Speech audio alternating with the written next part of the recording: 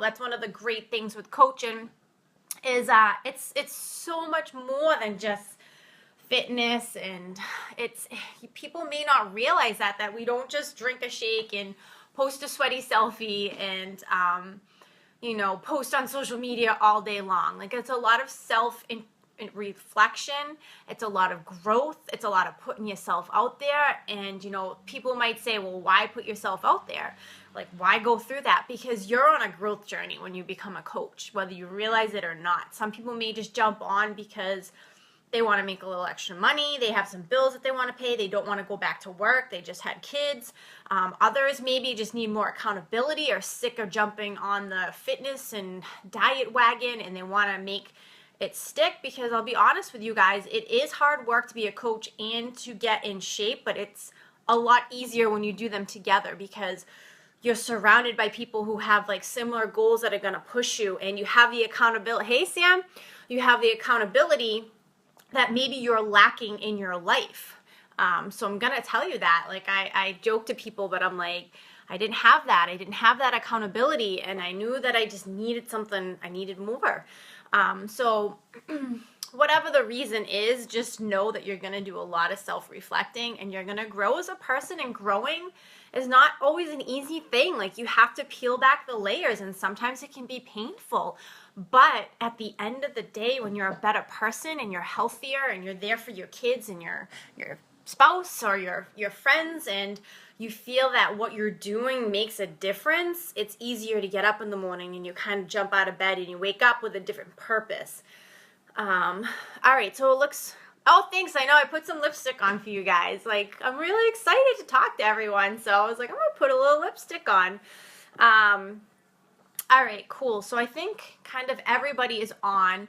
I did tell my team that I was going to do the best that I could to stay on track, because once we start looking fly, once we get going, it's like, you just want to talk. So I'm going to set a little timer here. All right, cool. So like I said, guys, like, consider this your group. We're here to kind of talk to you a little bit. If you have any questions and you type them in, we'll be able to see them. Give us lots of thumbs up and hearts if, like I said, somebody says something that really resonates with you, or you see that maybe they're a little bit nervous and they haven't done this before and they're putting themselves out there. It's always nice to see those little hearts and thumbs up flying. So, okay, in case you don't know who I am or why I'm blabbering on, my name is Ariel, and I'm the founder of Team Be Relentless. This is the team that's putting on the call for you. So you're going to hear from... Sorry, I keep like shifting. I'm trying to make sure everyone can see me. You're going to hear from some of the coaches on my team. So I've been a coach now for 3 years. I started right after I had my kids, and I'm not going to get into the whole thing because that takes a little bit, but I kind of found myself in a situation that I wasn't very happy with. I was barely able to lift my kids up, and I just didn't want to be that mom that couldn't play with them, and I didn't want to be that frail old lady that was always hunched over. So I didn't know what to do. I knew I needed to do something. My kids were 2 and my twins were 7 months old. So talk about thinking you can't put another thing on your plate. But I knew I needed to up the ante. I knew I needed to do something different than what I had been doing, because I was one of those yo-yo fitness people, if you will. After running track in high school, I did nothing. And then I would get in shape and then fall off because life, would get in the way. Something would happen. It would rain, and that would throw me off for a day, 2 days, 5 days, a week. For those that also don't know, my husband is a personal trainer, and I was having a tough time even getting workouts in, even living with a personal trainer. So I got some tough love 3 years ago when he looked at me and said, Ariel, this is not going to be a perfect time. It's never going to get any less busy. It's just going to be a different kind of busy. And as mad as I was, he was right. So I pressed play. I upped the ante and joined as a coach because I knew I needed that accountability for myself. I had no intention of doing any of this. I mean, hello, I was a registered nurse with 3 little ones under 2.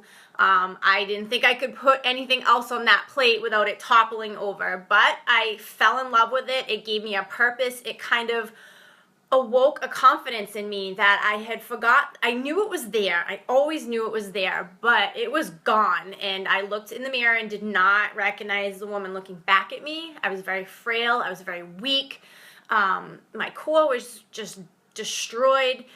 And I wasn't happy for the first time, guys. And I'm sure some of you have been dealing with this for your whole life, taking a picture, not feeling comfortable. I was not comfortable, and that 7 months of not being comfortable was enough for me to be like, okay, enough. And again, like I said, I had no intention. I mean, now I'm doing competitions, and my husband and I are opening up a fitness business together. So like, this was never in my grand scheme of things.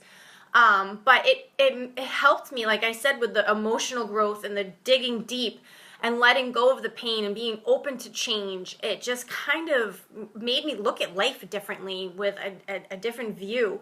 Also, another little backstory about me. I come from a single parent home. My dad took off. I actually stopped seeing my dad when I was 10. There was a lot of issues there, and some emotional abuse, and a lot of pain that I was holding on to, and I didn't realize it. It was affecting my relationship with my husband, and this just kind of helped me release a lot of that and helped me grow. So, I found comfort in the fitness. I found it as a place for me. I used my pain as power. And when all of that was happening, even as a little girl, I just kind of knew that there was something in there that I could not let that get to me. I could not become a stereotype. I could not let that jade me. I could not let him take anything else from me. So it was a blessing and a curse because it made me a very strong and independent woman, and it made me hold on to myself and say, like, you're meant to do something. You're meant to take this pain. You're meant to take this story. You're meant to do something with it. This happened to you for a reason. And I just always held on to that. And it wasn't easy. There were times that I felt lost and betrayed, and I was very angry. And, a lot of the pictures of me as a kid aren't really smiling. But I dealt with it, and I'm like, you know what? One of these days I'm going to be able to put this to good use. And I have a feeling that that's what it's calling me to do. So, through the fitness, I've kind of been able to, I feel like when I'm working out, it's like no one can touch me. That pain can't touch me. The hurt can't touch me. The disappointment can't touch me. I am like on top of the world. I am confident. I am strong. And that has just made a huge, huge difference in my life, guys. I understand now why people can become so addicted and need the fitness and need that release, if you will. So yeah, it kind of brought me back to life and kind of gave me a purpose and some passion. And if I'm able to touch or talk to people or resonate with a couple of people or have people kind of know that they're not alone, that, we all have pain, but we got to go through it. You can never just go around it. You have to work through it, because you can just go around it, but you're never going to get to the root of the problem. And until I started coaching, I really did not have that confidence or that desire, if you will, to really start digging deep. And I'm super happy that I did. Sometimes it can be a little uncomfortable, but I would rather take uncomfort or you got all of these fears and you have this fear of failing, but like my new favorite quote, if you will, is failure will get you further than fear. And I totally believe that. All right, guys, so coaching for me has just helped me rediscover my confidence. And if I can help give that key to somebody else to help them unlock their confidence and their full potential, then that's really, that means the most to me. So thank you so much for listening.